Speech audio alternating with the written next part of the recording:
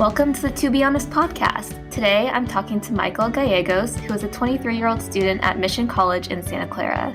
He'll be sharing about the struggles of finding peace after he lost his father and discussing his experience within the vocational program called Year Up and how they help provide him with the tools needed to keep him busy and to find purpose. So welcome to the podcast, Michael. Thank you so much for having me, Avery, and thank you for providing this space and audience for people to listen to one another about their issues that they face. Of course, I'm happy to do that. It's nice to meet different kinds of people and just hear their experience. So I'm excited to hear about yours. So before we start, I like to ask every guest, to be honest, how are you doing today? To be honest, today I'm doing pretty good. I can't complain. It's a beautiful, bright, sunny day out, not too hot, 78 degrees, which is, in my opinion, perfect. Um, I have my cat rubbing up against my leg here, so he's giving me love, and that's always nice to have my little guy here rubbing up on me, showing me that love. So, to be honest, it's a good day. Thank you. Awesome. That's so nice to hear. I am definitely on board with the idea that 78 is a very good temperature. I don't do well with heat and I don't do well with the cold. So I totally understand that. So to get started, I wanted to talk a bit about your background. And you have experience with depression and anxiety. So I was hoping you could kind of touch on what were the first symptoms that you experienced? Well, if we're gonna go long term, I guess I could speak for a lot of people when I say that I, in my opinion, started to face depression and anxiety issues right around my preteens age and junior high. Just trying to fit in was very hard, and trying to find a group of people that I could really relate to, or finding that group of friends who I could have that support from was a little bit difficult. But eventually, over time, I became a social butterfly and began to meet people and get friends, and really started to break out of my shell from this introvert to an extrovert, and really, turned it around for myself. I can go anywhere and have conversation with anybody, and it really boosts my day, and I can tell it boosts other people's day as well. Having a friendly little elevator chat or just little chit chat here and there could really make a difference in people's lives, and I found that that was a way for me to help appease those symptoms of anxiety and depression by finding peace in other people just from everyday interactions. Kind of getting in that mentality of, like, this isn't too bad. Like before I was feeling like I was alone, but even little interactions with people on the day to day really can improve your mood. Yeah, that's awesome that I mean, it sounds like it's beneficial to both people. Like you're getting something out of it and also you're making someone else's day. So I really love that. Was there something that helped you break out of your shell? Something that actually helped me break out of my shell was my dad, and I'm gonna be talking a lot about him in a moment. But my dad, whenever we would go anywhere, go to restaurants more specifically, I would be the kid that would always be quiet, like, "Oh, dad, like, can you order me this?" Because I was too quiet and shy to order for myself, which, you would figure somebody who really loves food like myself, they would be eager and anxious to order food, but I couldn't even, like, speak up for myself, and my dad, in a lovingly father way, would say, "You better speak up, boy, like, the server can't hear you, and you're not gonna get anywhere in your life if you can't, like, ask for something or, you know, really ask for what you need." And I realized, like, yeah, like, I'm trying to make the server's life easier, and I'm over here, like, too scared to order my own meal. And I know that's a silly thing to think about, but his nudge on my arm of, hey, like, you need to speak up and ask for what you need, really put my young mind into perspective of, hey, like, if I don't ask for what I want, then how am I going to get it? And with that little interaction, ever since then, I realized that I wanted to engage more with people and really talk to them. That's awesome. Yeah, I like that. I think it's such an interesting. It's like a small but a big lesson at the same time. Like it's one thing that he said, but it kind of like triggered you to kind of change how you interact with people, which is really cool. I do want to talk about your dad. I know that he passed in January of 2021, so I wanted to ask you about the grieving process and just hear a bit about your dad as well. I will admit I still am in the grieving process. Even though it happened last year, I mean, really, in perspective, a year is a long time, but at the same time, it really isn't. Going through the grieving process has been a familiar thing that I've dealt with before. It's unfortunate to say, but I have felt and been through loss before my own father's passing. I had lost many friends before, um, even pets, honestly, was something hard to deal with, right? Like losing a pet is a really tough tragedy, but losing my dad was just something that nobody was prepared for in my family. And, we all just kind of came together during a time of COVID when, you know, it was really hard for families to get together. We couldn't even go and see my dad in the hospital because of the COVID restrictions. And they pretty much had guidelines put in place to where you could only go in under excruciating circumstances. And they somehow made like an exception for two people to go in at a time to see my dad. And we went in to go see him, and after we saw him and we spent some time with him, our family made a conclusion that a decision, I mean, that we would want him to come home with us and release him home with us so that he can be with us in his final moments. And we as a family decided that would be the best case at the end of the day, because we just knew that it wasn't gonna um, get any better.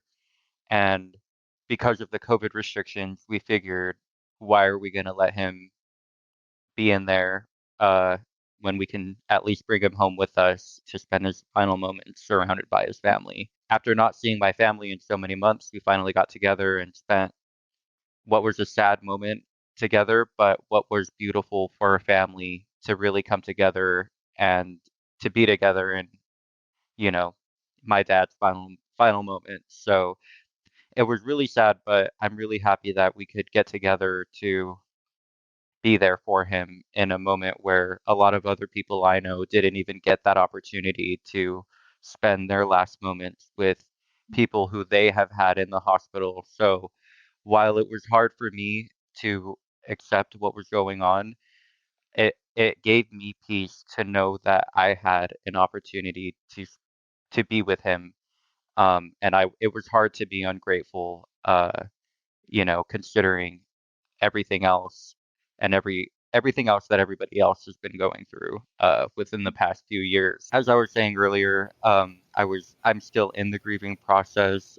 I still find myself like thinking, dang, like I really wish my dad could see like all the things that I've accomplished or all the places that I've been to.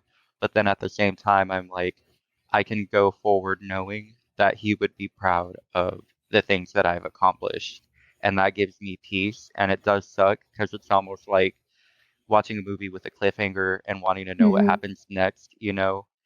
But, I have faith that he is just proud of everything that I'm doing, and I'm living for him and, living to what I think would be my best life for him, as well as other people that I've lost in my life.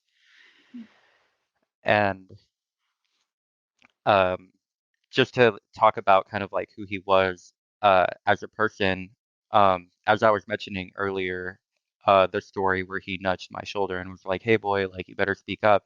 Anywhere we would go for dinner, to go, just go grocery shopping or do everyday errands, anywhere we would go, somebody would know my dad, and they'd be like, "Oh, hey, Ray, how's it going?" Like anywhere we go, he would stop for like 10 to 15 minutes just to chat up with somebody, and I would be frustrated, like I really want to go home, and I get that from my mom, really wanting to go home, like, okay, Mhm. let's go, we gotta go. But my dad was the social person, always running into people, always saying hi, always giving people love who he didn't know or who may have barely known him, and those same people would reciprocate that same love.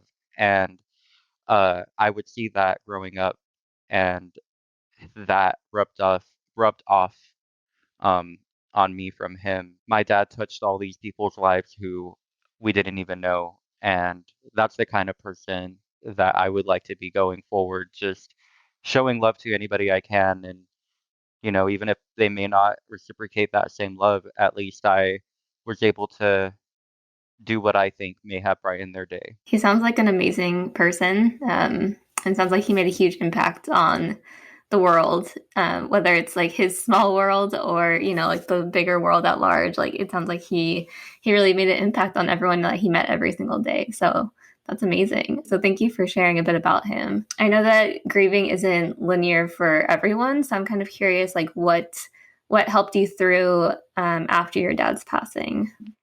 Yeah, so after my dad's passing, it was actually kind of funny but sad. I had just learned that I got accepted into this vocational program called Year Up, and I was so excited because they give you the tools needed to break through to a professional career without having to go to a 4-year university. And I'm not trying to like sell you on them or get anybody to join, but they're actually pretty amazing. Like they give you the tools needed to essentially just take courses that would help you get in to a role. It's 3 different tracks that you can take. And pretty much like they work with you for a year to get to an internship at one of these Fortune 500 companies or even some of the smaller startup companies. And you pretty much get an internship. And then from there, depending on how you do, you either get a full-time position or they help you to find other internships. And they just work with you to ensure that you have what you need for success. I was and still am forever grateful for that program because it's just amazing. They provide counseling services, grieving counselors, and it's all free. It's like, wow, how could I ever return the favor of everything they've done for me? Yeah, that's really cool. I am all for sharing resources, so feel free to continue talking about your up. I am curious, like what track you decided to go with and what you are doing now.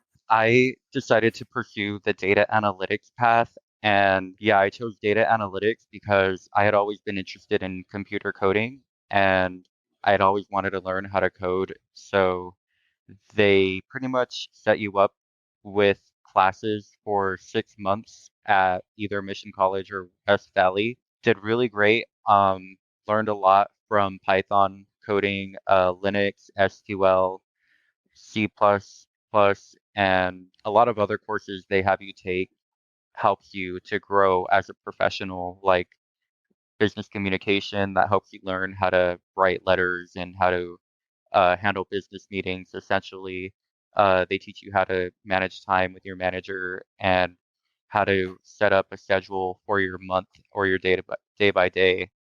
And after those 6 months, um, they do an assessment on you based off of the work you've completed in the program and your schoolwork, and uh, through your interactions with the staff and through your counselors, they all meet. And depending on who your counselor is, they advocate for you. So they can pretty much, say, we think Michael would be a great fit for this company or that company.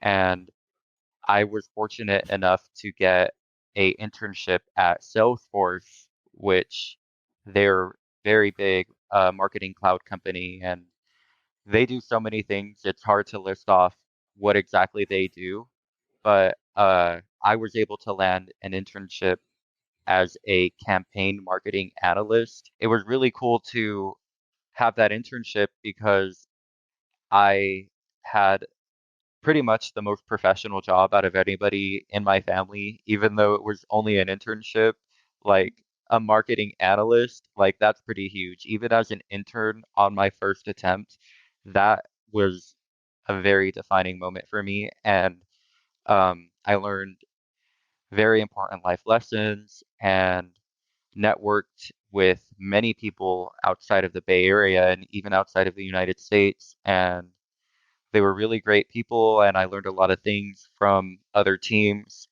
which was very valuable information.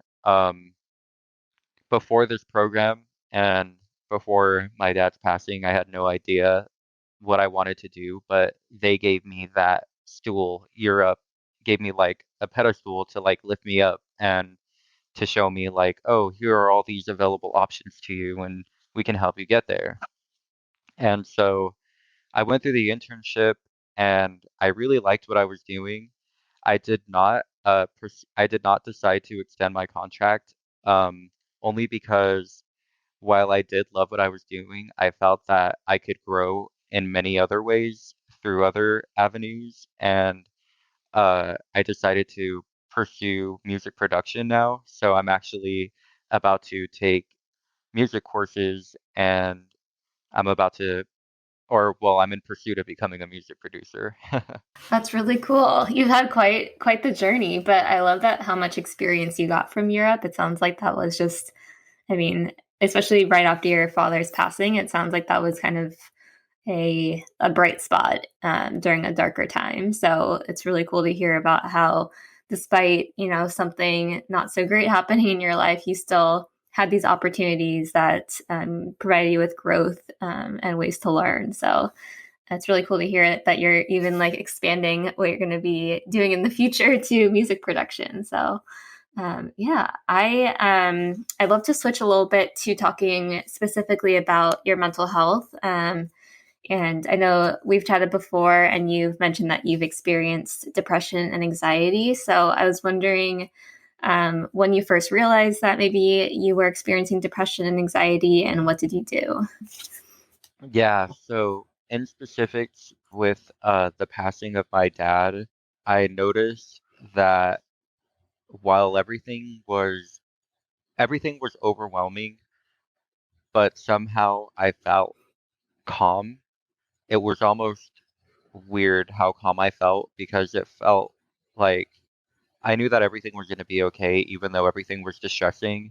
Because at the end of the day, like I knew like we're all here together and like at least we're here and we're safe. Like even though it's a sad time for us to be together, like considering COVID and considering you know, the lives that were lost, I was just grateful to see that we were all here in good health, other than, unfortunately my dad. Um, but I started to notice signs of depression when I wouldn't eat. I just found that I had no appetite, which is very rare for me because I love to eat and I'm a big foodie. So I just wasn't fighting any hunger. And um, luckily, you know, I had a I have a pretty big family, so everybody was constantly around making sure like, hey guys, like we brought food, we brought food, we brought food. Like every day people would bring food for us and I would just eat and it would be hard for me to eat, but then having my family there, like eating and then saying, hey, like, you got to make sure you take care of yourself, eat. And that helped me a lot to realize like, oh wow, like I'm not alone in this. Like I'm sad and it's right to feel sad, but we're here and like I don't want to make it harder on anybody else being um distraught or upset or anything. Not that there's anything wrong with that. Like these are normal emotions when facing death. Like, it's just a natural human emotion, but for some reason to me it felt in that moment that in my and my family's best interest that we're calm and not distressing each other in an already distressing time. But a way that I like to cope is, I'm going through this and this is really bad, but at the same time, like, I could have it so much worse. Like, there are other people that I know that have it worse than me, and I'm not trying to invalidate my own experience or, you know, uh, compare traumas to other people, but just personally in my own, belief, I think like it could always be worse. So I'm grateful for what I have.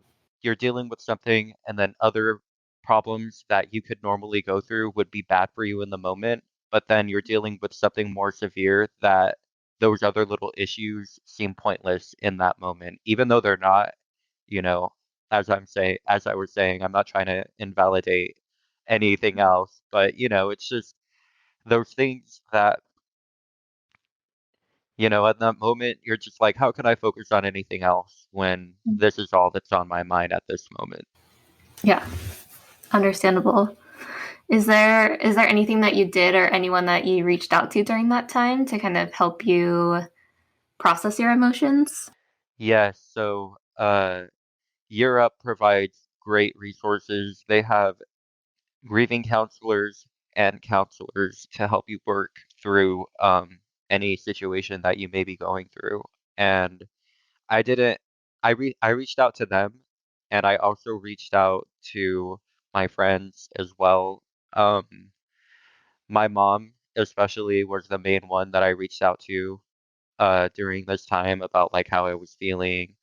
Um, but the to the people that like I really really told like what was going on, I told my friends every little feeling that I felt, because I feel that I could be the most honest with my friends. Not that I didn't want to be the most honest with my mom, but just that she already had enough on her plate, and my friends were there ready to support me in any way that they could. And, whether it was to be a shoulder to cry on or an ear to listen to, talk to, they were there in any way that they could be. And I'll forever be grateful for that, because, it would suck to not have anybody to vent to. And I would recommend to anybody that has emotions bottled up.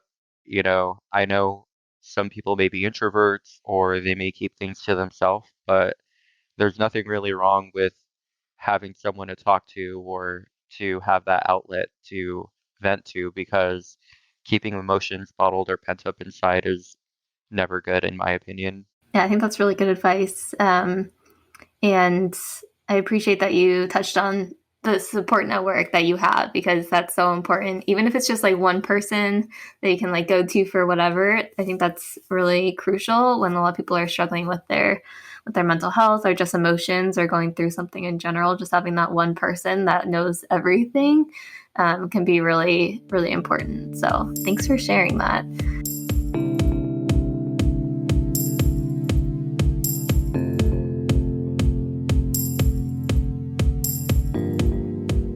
I'm just curious, are there ways besides like seeking support from friends that helps you to manage your mental health? Yes. Oh man, there's so many things, but the top 10 things that I could list in this order of, favorite, ranking at number one, I would say would be music. Um, I love music. As I was mentioning earlier, I'm going to pursue a career of music production. Um, I love going to music festivals with friends, even without friends, quite honestly. Going to music festivals is freeing because you're listening to music, depending on who it is that you like.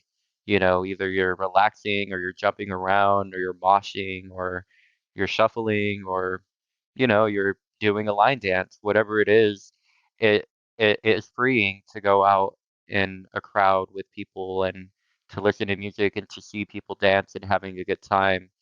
Um, so that's number one for me. Number two is exercise.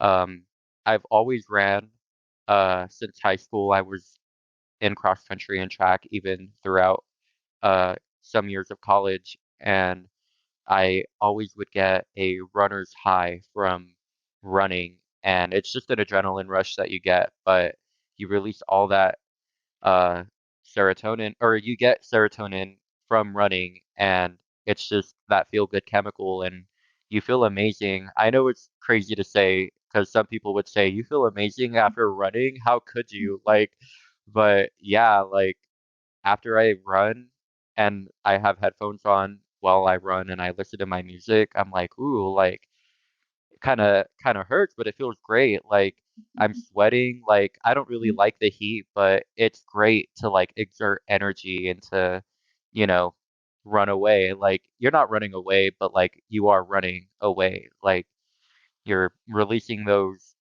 uh, you know, whatever energy you have or whatever, you're just running and exerting yourself and it feels great. Um Number three is sitting in the sun. I like to sit in the sun and really like let the warmth touch my face and like practice breathing while sitting in the sun. It just you feel connected to the earth. Um, and I think that's great. Uh, Number four would probably be my cats. I have two cats and they're just charming little guys, they somehow know if I'm in a sad mood. They'll come up to me and nudge me a bit, and they'll like wake me up in the morning, of course to feed them, but they'll wake me up in the morning to like nudges and love, and they'll purr on me. Sometimes they'll like be little devils and they'll like run around the house and like knock some stuff over, but it's still cute. It's like if it makes me feel good to see these little guys running around, and that's another uh a tip that I would have if people are feeling lonely, like, maybe a pet could help. I think that having a companion there with you is great, maybe even two little guys if you can. Um, Gaming is probably number five for me. I game quite a lot with my friends sometimes, but yeah, just, having a game that you like to play or spend time on is always nice. Uh, Especially in a time if you don't want to like spend too much time outside because of whatever may be going on. You can find escapism in video games, and it's not too bad if you find a fun game to play. You can spend hours doing it, and you can get rewards in the game for playing it. So it's always nice to collect some trophies or whatever you can in any game. I know I said 10, but I'll just list those five as being my top five because I Sounds could good. talk all day. Those are great top five, or a great top five. So thank you for sharing those. Yeah, when you talked about running, I was like, I have like terrible knees now, so I can't run as much. But when I do run, it's like you feel so much lighter, like mentally after going for a run. So I appreciate you bringing that up, because I know like running, like for most people, sucks and no one really likes it. But if you do get into like a groove, even if you like go for like a walk or a like slow jog, like I think anything can help really, but that's just my personal opinion. Oh yeah, I completely agree with that too. And Hmm. what really helps is, getting headphones or even earbuds and listen to empowering music Yeah. or whatever you may like, but in my in my case, like if I'm gonna go for like a light walk or a sprint walk, I'll listen to some like fierce music, like Hmm. I don't know, like Beyonce or, some like rock music or like Nice. model catwalk music, and, just practice, that uh confidence, and, Yeah. just walk with a little pep in your step and get into the groove of the music. Hmm. I love that. Yeah, that's great. I'd love to chat now kind of more about the importance of opening up, and the future of your mental health. So I first wanted to ask, why do you feel that it's important to talk about mental health?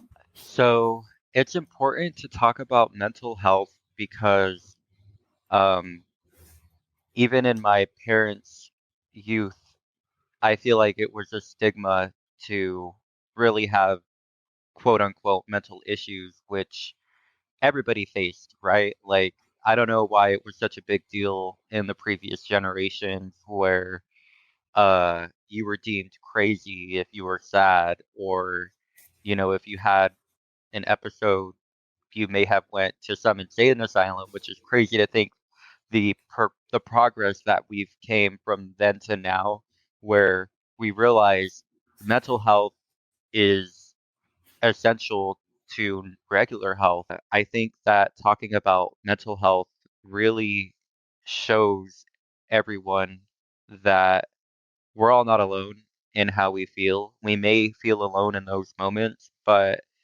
there are so many humans on this planet, and while everyone may have not been through the exact same thing, there's somebody else in this world that has gone through something similar that you may have been going through.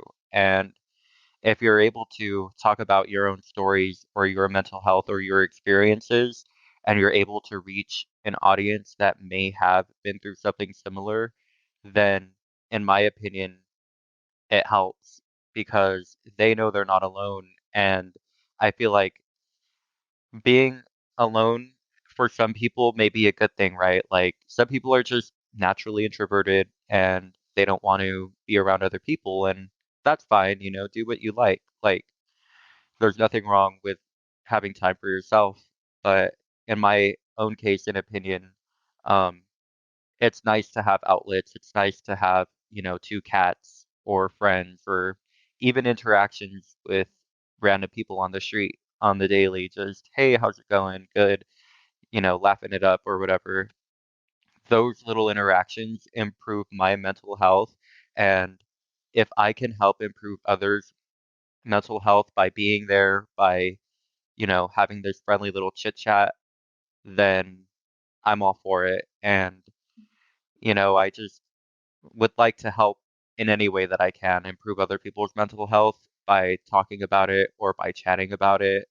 And me and my friends are all in a place to where if we have something on our chests, we can talk to one another and get it off and really talk about our core emotions and our feelings. And it's nice to be seen and to be heard and to be able to let it all out to people that really care and really listen, because I would go crazy if I didn't have like somebody to say, "Oh my God, like, I feel like I'm losing my mind." And they're like, "No, like, you're fine.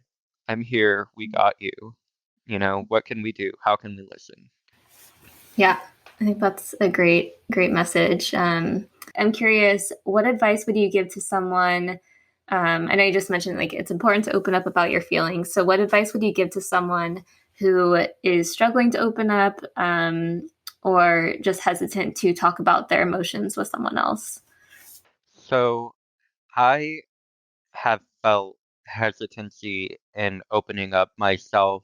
Um, I know that I just went on this whole spiel about you should open up and you should, have these outlets to open up to, but you should also want to be mindful of who you open up to with your emotions, and just, be mindful to who you may be opening up to just because you don't know their mental maturity, or you don't know unless you're their friend, obviously, like you just never know, even your own friends, like what they're going through, and if they're in a space to accept what you're about to tell them, then by all means, spill your guts out and do everything you can to, release that uh, energy or depression or emotion that you have going on.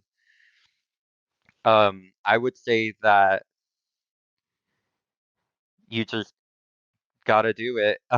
This is cheesy, but like Nike, you just do it. You know, really say, "Hey, I have these real emotions that I'm feeling, and there are other people in my circle that I can chat with to get these emotions out.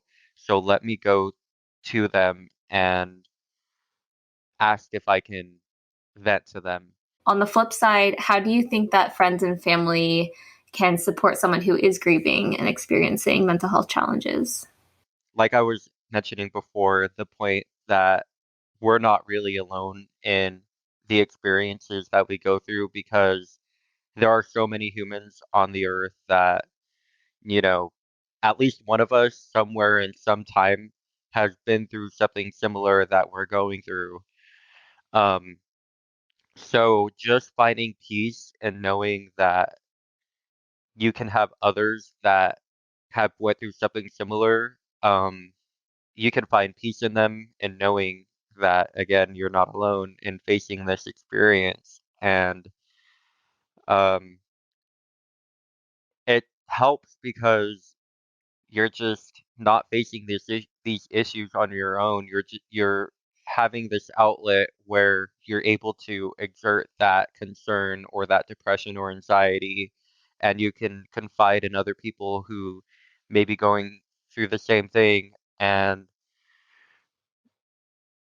it just it helps, It's talking, in my opinion, is the best way to get something off your chest because pent up emotion is just internalized thoughts, and when you're alone and you're overthinking, you're just adding to that depression and anxiety because you really just don't have an outlet to let it out to, and you're kicking yourself down or you're saying all these rude things about your own self or the world around you when it doesn't have to be that way. And I know it's easier said than done, but you can truly change your own perspective if you really tried.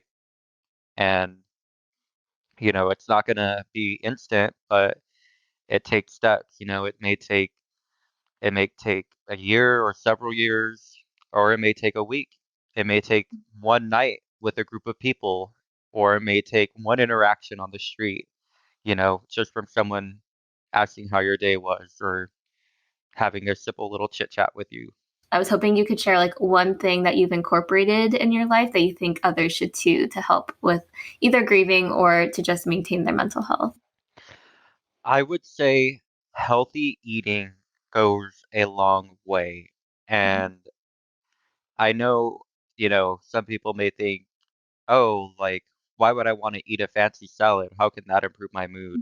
I found that after a few months of healthy eating, my mood started to improve. Like, I was eating things from the earth, like salads, smoothies, just really basic foods that we should be eating already, and just really eating those healthy dishes really like helped because it was like, oh, this is from the earth and I'm putting it in me and it tastes great.